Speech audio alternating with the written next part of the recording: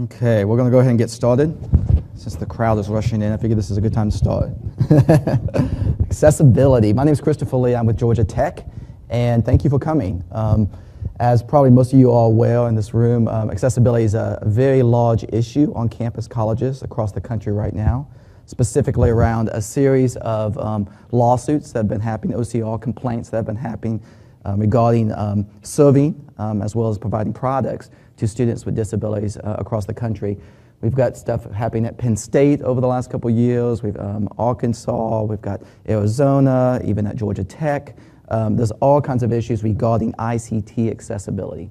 ICT accessibility is what I'm calling campus information technology accessibility. So it's an issue that we are totally facing right now. I'm here today to talk specifically around course content, accessible course content. So I'm going to drill down and talk about that. However, just a couple of slides. I've only got 20 minutes, so apologize if I talk too fast. Just raise your hand and I'll slow down. We've got accessibility policies, procedures, and technical expertise on campuses that campuses are struggling with regarding accessibility right now. A lot of the campuses that I work with from Georgia Tech, and we serve the U.S., are struggling with these things. A lot of the campuses that I deal with recently, there's 2 or 3 that I can just name off the hand that doesn't even have an accessibility roadmap or a statement off their website. So it's a big issue, and these are the campuses that are struggling and could actually be affected by OCR complaints. Procurement is a big issue around campuses right now. Your campus procurement folks, do they understand 508 accessibility? Are in their contracts going out? Is there language in regards to 508 accessibility? And we'll see now a lot of that going on. Are they utilizing the procurement groups? Are they utilizing VPATs, the voluntary product accessibility templates? If you're not aware of VPATs, it's something that you do need to be aware of. And there's a site afterwards that I can show you if we have enough time.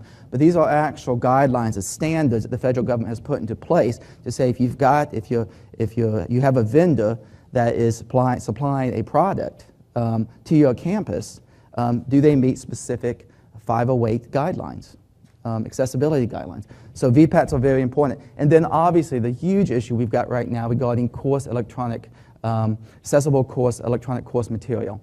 And this is an area that publishers are struggling with, post-secondary publishers. It's something that faculty is struggling with. And in addition, it's something that specific campus IT folks are struggling with right now. And disability service offices, not to make a difference. So those are just some key things, challenges that we're seeing across campus regarding ICT accessibility.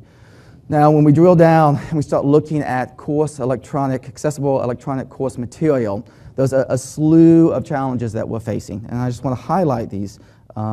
Lack of accessible marketplace materials. What does that mean? Right now, distributors as well as publishers do not have textbook materials that are accessible, that are in the marketplace.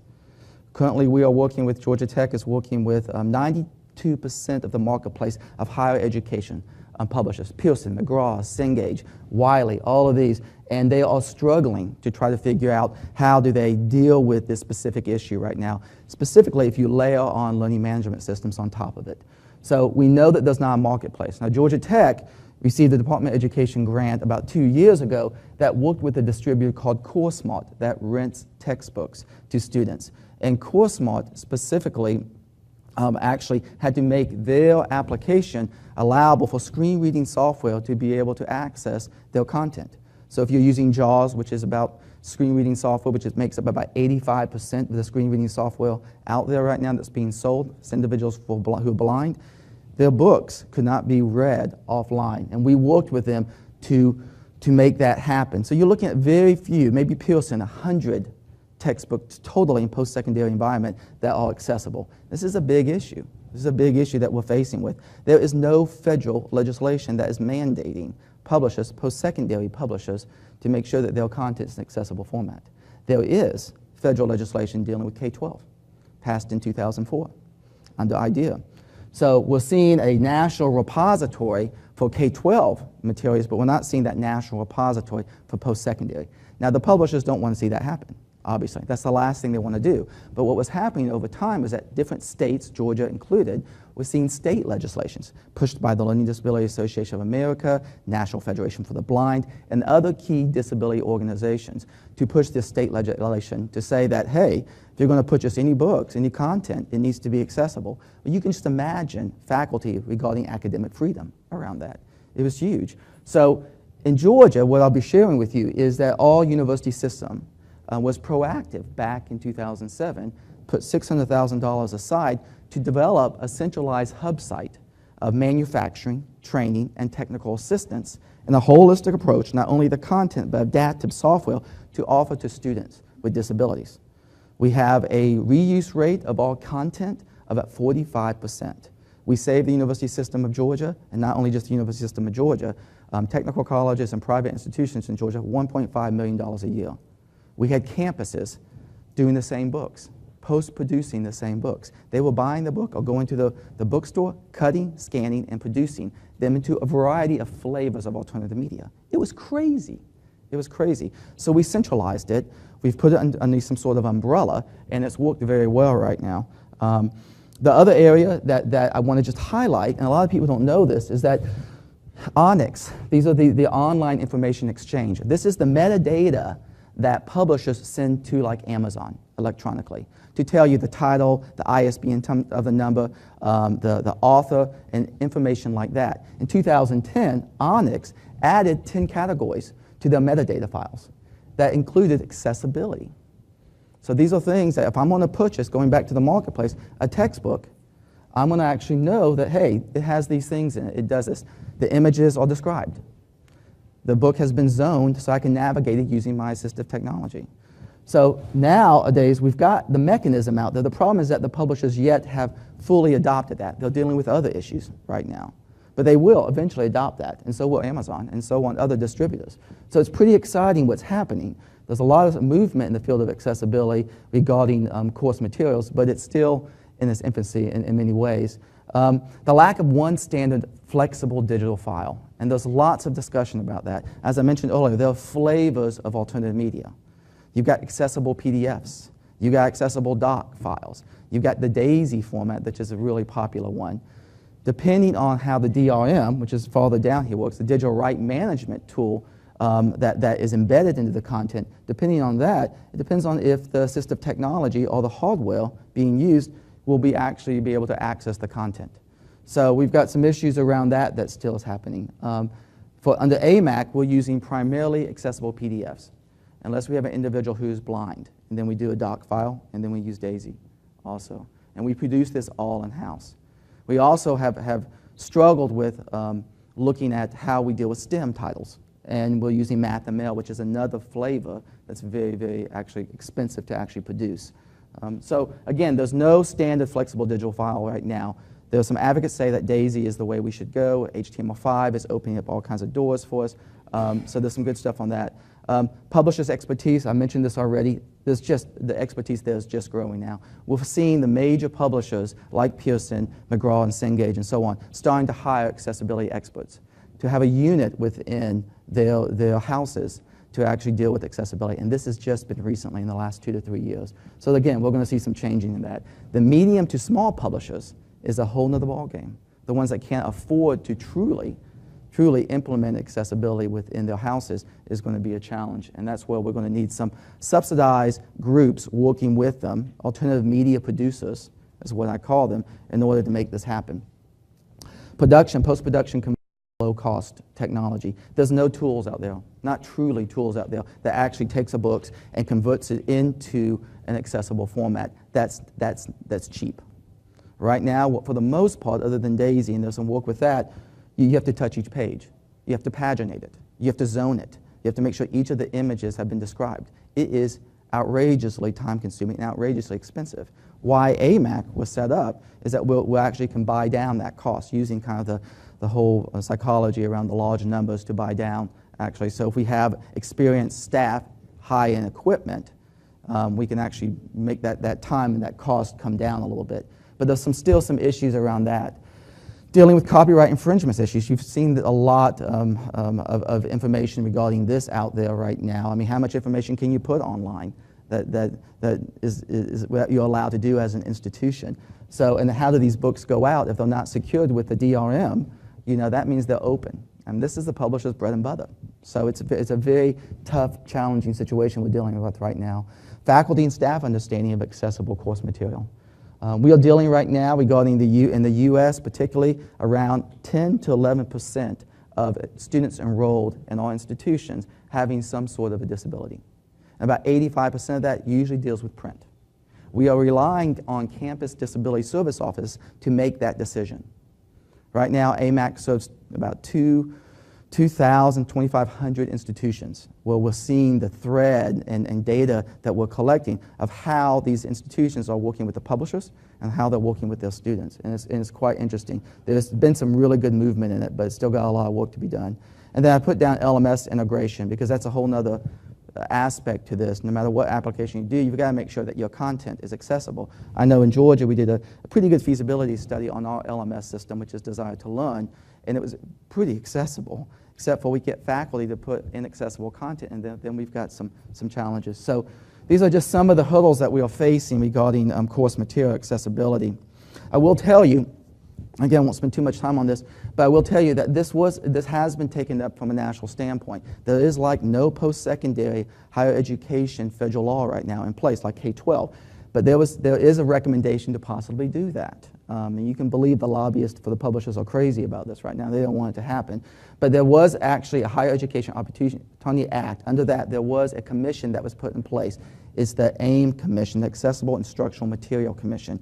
And it went on, and a report was actually published, went on for about a year and a half to 2 years, where they traveled throughout the country, talked to about 50 different witnesses.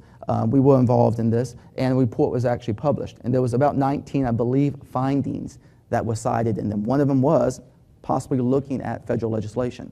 A couple of the other ones were dealing with Congress should review the copyright, post-secondary marketplace legislation, which would be very challenging since right now nothing's really fully accessible out there and the publishers are struggling. Develop accessible wizards and prompts, and then authorize the AIM government for the private sector and government sector regarding establishing some sort of centralized repository of that. So there's a lot going on and a lot of recommendations, but there's no money. Like the ADA back in 1990 when it was signed and we focused on architectural barriers, there was no money, which really there was no teeth around the ADA unless you have a lawsuit, right, behind it. So we're dealing with the same issue with the electronic age of accessibility right now that we're dealing with.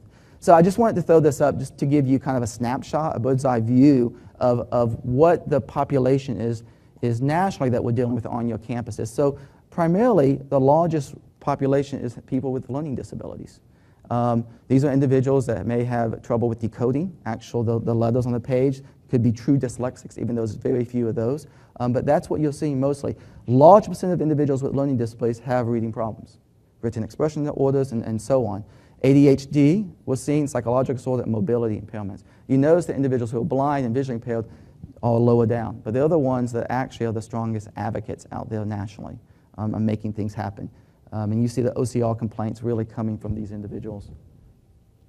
So let me give you just, I'm almost out of time, but let me give you a little bit about just AMAC in general. AMAC was, as I mentioned, was funded in 2007, and the concept was to develop a centralized repository to cut down on cost. Our repository has about 45,000 media records in it of different flavors. So as institutions become a member of us, whether through the AMAC project or the Access Text project, they're able to place an order. We use a very pretty extensive back-end system for ordering. We use Intuit QuickBase, the same as the company that does QuickBooks. That provides disability service offices to place an order with us. We check the actual, whether we have it, we check to see if the media record is in our file. And then if so, we put it up to a student download center. The student receives an email, and then they go in and they actually download that textbook. And that's how we somewhat operate.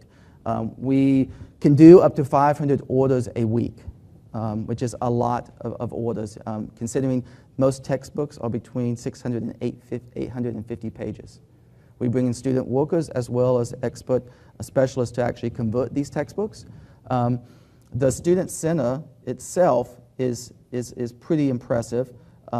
We use, from a technical support, we have a team that answers phone calls. We have a ticketing system that is linked to support calls. So as a student may go to our website and fill something out, it notifies whoever in our office needs to act on that. It also makes sure that we act on it, so it triggers a tickler for us after 7 days if it has not been closed out. The wiki that we use has videos on it that actually we produce in-house regarding the assistive technology that we provide. We provide up to about 24 pieces of assistive technology. So these students can actually download their textbooks as well as download the orders.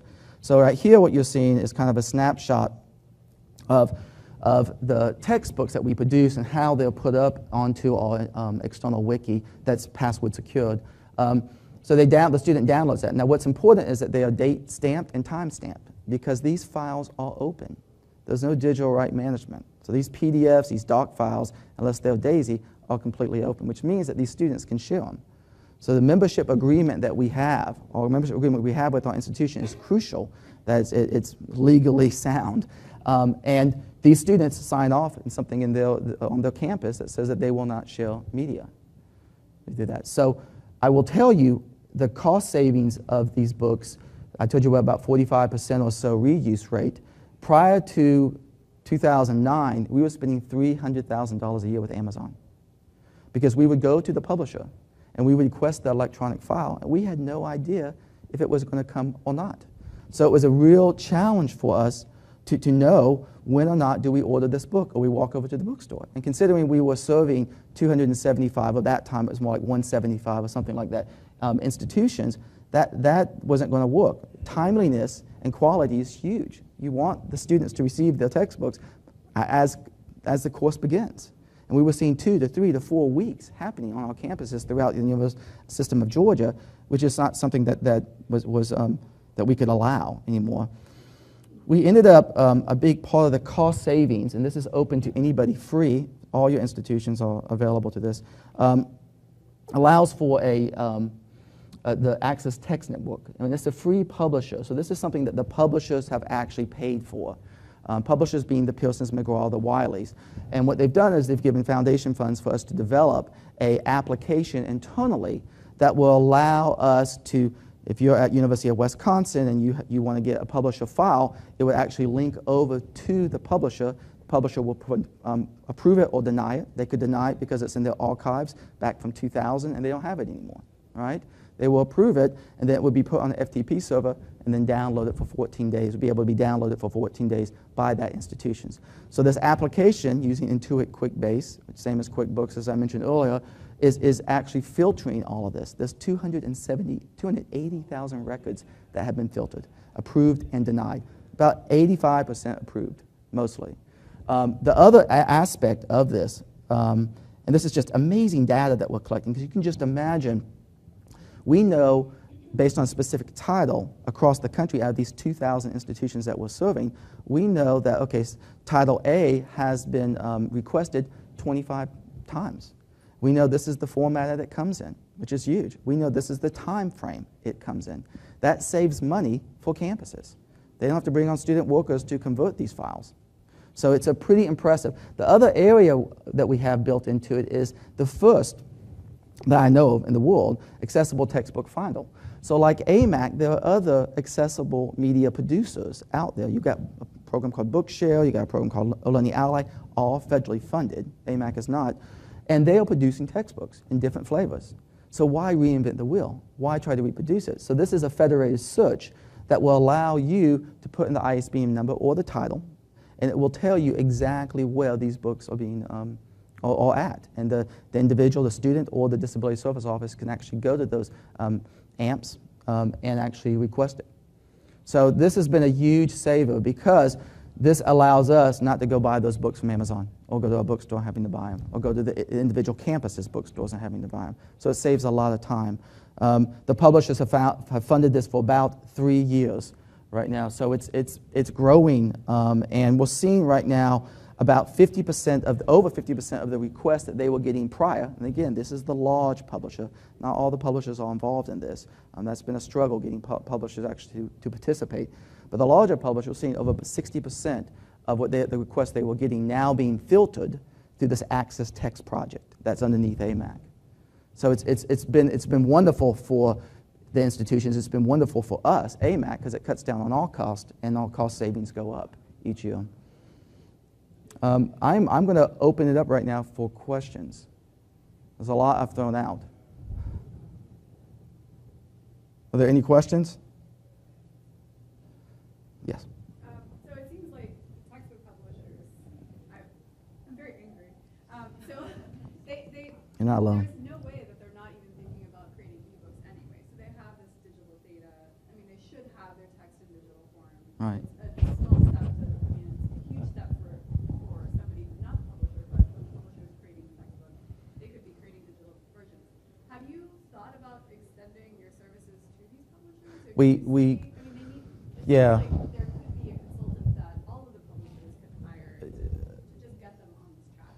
Yeah, it's a valid question. So obviously, publishers, and specifically when they came up with Access Text, I was sitting on the phone for years with them when they're dealing with their lawyers. They're obviously in competition with each other, so they don't want to share anything that they don't have to share. So the big deal that they actually funded this Access Text project was pretty impressive. I will tell you that there is movement going on. And AMAC, and I can only speak for us, but I do know there's others, AMAC, we do provide accessibility compliance consulting. So we are, I can say we're working with 3 main publishers to actually produce their files. And we know on average, because of the data that we're collecting from Access Text, there are about 25,000 files, give or take, new titles each year that we're seeing. So wouldn't it be great to take those titles as they're funneling out, as they transition out of these houses, and actually just go ahead and convert them to accessible media? What the publishers want to do is they want to, first of all, deal with it in-house first. They want to come up with their own ways of doing it, which they're going to eventually, right? But there's no easy way to do this. There was a feasibility study from the publishers. It was Pearson that did this. It would cost them $1 a page to go back, or to do right now, accessible media, the way things are set up in most of the houses. So you can just imagine per page, $1 per page for 650 pages by how many titles that they have. And that's lowballing it right there. So publishers are outsourcing work right now. To go forwards too. Yeah. 2009 study. So give or take. Yeah, things that may have changed a little bit. But the archive stuff that they're dealing with is pretty messy stuff. And the STEM titles, you can just imagine. MathML, which I mentioned earlier, which is a very robust way to take STEM titles and actually run it through a software program. We have 3 staff full-time doing this, and it cost about about $3.69 a page to produce this. Do you believe the dollar, their estimate? The fact that they can scale, I mean, is that a number that's believable? Do you think this has to be an expensive process? I think knowing what I know about publishers now, I thought it was more centralized. Publishers are not centralized in the way that they produce the materials. It comes from the faculty, it goes to the houses outsource it different ways, and it touches about 3 to 4 different vendors afterwards. So not only do the houses have got to get the faculty that are writing these textbooks in place, right? But in addition to that, they've got to get all these other vendors that they're working with in place. And the software that they use is crucial, and it varies differently how they actually lay out these textbooks. A lot of the textbooks, the high cost of these textbooks are based on the fact that we want something, something that's flashy and more like that. And that's actually, sometimes flashy is not most accessible, right? So do I believe it? It's what I've worked pretty closely with these publishers now for about 4 to 5 years, and I believe that there's a high cost. I don't know if that dollar amount is exactly right. Are the publishers that are lobbying against the federal legislation the same companies that have to produce the stuff that's K through 12? Is it the same people? The same. Let me make sure I understand your question. So is it the same people that are lobbying that lobby for K-12 is lobbying for the post-secondary? Does Pearson sell to the K-12 market? the way that the K-12 market works, yeah, yes, they do. Pilsen's huge. They own Penguin. They own everything, pretty much in publishing. They're quite impressive organization. That's a big one to move, to change, regarding accessibility. The K-12 law that was passed under IDEA in 2004, which took a couple years to actually get going, actually stated that if a state is requesting a book and chooses to request a book through the mechanism, it's called NIMAC standard, that the publishers have got to submit it in the NIMAC format. And that's a specific format. It doesn't mean that that is fully accessible. It still has to be tweaked along, but then it has to be put into a national repository. That's actually being run by the American Printing House of the Blind right now. So all the same, your question is, so all the same publishers and the same people in place? Yes. It's different divisions, but which are big divisions. But yeah, it's the same players that are dealing with it pretty much. And I would say that the federal election has been successful in K-12, but K-12 is very different. They deal with, you do a textbook, it's 2 to 3 years that you actually have for that textbook before you get to another adoption of that textbook. Faculty, they choose what and when they want to do it, and they choose it on the spot. And that's a challenge, and that's why faculty education. The Access Text Project is interesting because if I had a faculty that could go there and say, oh, I'm looking at this textbook, oh, by the way, it's an accessible format, then we're in a much better place. So that education, do the publishers need to do it? Yes, and they know they need to do it, and they know they only got so much time before federal legislation actually comes down. And their Band-Aid right now has been Access Text, and it is a Band-Aid right now, but it's been successful. It sounds like the dilemma for the publishers is the same thing that happened to the music industry about 10, 15 years ago, where the content became electronic, and now their whole revenue model got blown up. Yeah. Yeah, their revenue model. The organization I mentioned earlier, CourseSmart, which we partnered with a grant that does this textbook rental program, their revenue model, their business model doesn't make any money. And they were just recently bought out by Ingram publishers. CourseSmart was a sister program of these publishers. The publishers funded, several publishers funded CourseSmart to deal with their electronic textbooks. They didn't know what to do with it and how to distribute it at that time. So they came together underneath the Association of American Publishers, which have about 300 members tied to them, to deal with this issue. And then when it got to the accessibility issue with CourseSmart, they struggled with it. So their digestive system, in order to make the textbooks publishable, through their web application, it is a web application that you use, so you don't actually download the textbook. You go to the website and you actually read it. You know what I mean? That whole digestive system had to be reworked and rechanged in order to make it accessible. And not only that, the content, and I know this because we did the content for them, had to be accessible prior to going into that digestive system within CourseSmart. So it was a very complicated process, but it can be done. It can be done at a cost. What about all the multimedia tools that come with the textbooks now online, like games and the quizzes and all that stuff? What have you done? Well, I mean, I think that's part of the challenge. In some ways, it's really good. You know, for someone who has a learning disability, which is 28% of the group, you know, they want that multimedia. The less they read, the better. There are standards out there regarding accessibility. You know, whether it's a video where you caption it, or you maybe do audio description. Because if you're blind and you're seeing a video, captioning is only going to give you so much, right? So audio description is coming into the disability market quite a bit. But I think that the larger publishers are starting to address that. I know they're starting to address it. How they're going to address it, I don't know. But it is being more and more addressed. Again, the big issues are the STEM-related courses, because the technology is not quite there to fully read formulas, you know, auditorially, so that visually and auditorily that you can actually see it. It's getting better out there, but it's very expensive to do it. Does that answer your question? Yeah. Okay. Any other questions? Yes. What happens when revisions come out? Is it some cost of the previous accessible version? Do you start over, or is there a tool that What a great question. It's very frustrating. So a new edition coming out, on average, and this I've heard different numbers, is 33%.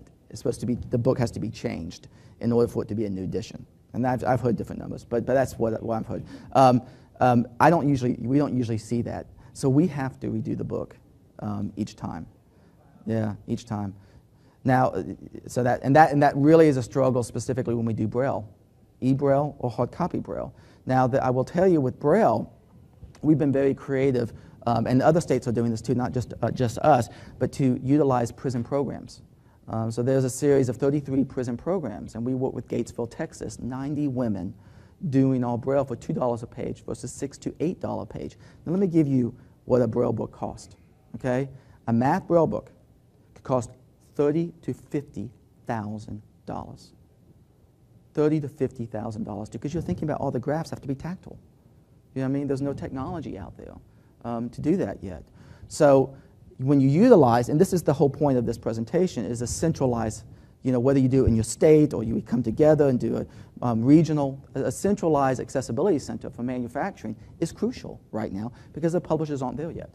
You know what I mean? And even so, down the road, there's still other issues regarding training technical assistance around staff and faculty around this area because the technology is changing so fast. So, but to answer your question, we have to redo the book each time. Now, I will tell you that 45% reuse rate, saving all that money, has been phenomenal. And I don't know any other organization that has been able to do that. There's a couple K-12 organizations that have come to that, I'm sure. But yeah, we have to redo each time. We can't afford to miss anything. We were outsourcing a lot of our work to India several years ago because we received so many orders, it was so expensive for us to do it in-house. And we now have pushed back on that, and we're doing more and more in-house of that. But the problem with going outside the U.S. and not having qualified people, a lot of the image descriptions that we were getting back, you know, weren't something that we were going to give to our student. You know what I mean? So we had lots of issues with that. So the QA process in this is huge. I will tell you that a lot of the big publishers right now are looking at image descriptions, outsourcing image descriptions, which is kind of a Band-Aid in between to fully being accessible. But we have done, AMAC has done 3 RFP bids for publishers right now to actually do the image descriptions for them. So publishers are trying to work hard to do this, but they still got a long ways to go on it. Another question? I think I've covered everything, and we're right at the ending of it. I will tell you, though, if you did, how many of y'all deal with disabilities directly? A couple of you? The software I've got loaded right here is a software called Ginger. This is completely off cuff. It's a great company. It's called Ginger. It is a wonderful software application for any student that has written disability, written expression disorder disability. It's wonderful. It's actually a software project that's just come out recently. It's kind of hitting the market hard in the disability community. It allows you to actually, it's a true-blown editor. So as you're writing, it will edit to what you're doing very, very well. In addition to that, it has a personal tutor tied to it, and it will show you the mistakes that you're making, which is huge for the students. So it's remediation and accommodation at the same time. Again, check us out. Definitely check out the Access Text Network for textbooks. Advocate to your faculty and your staff to become members of Access Text. As I said, we have about 2,400 institutions tied into it, 280,000 requests coming in. The more people involved in that, the more we can get publishers on board, which has been the challenge that we've faced. Anyway, there's information about us in the back. My cards are also in the back. If you need anything, let me know. Thank you very much.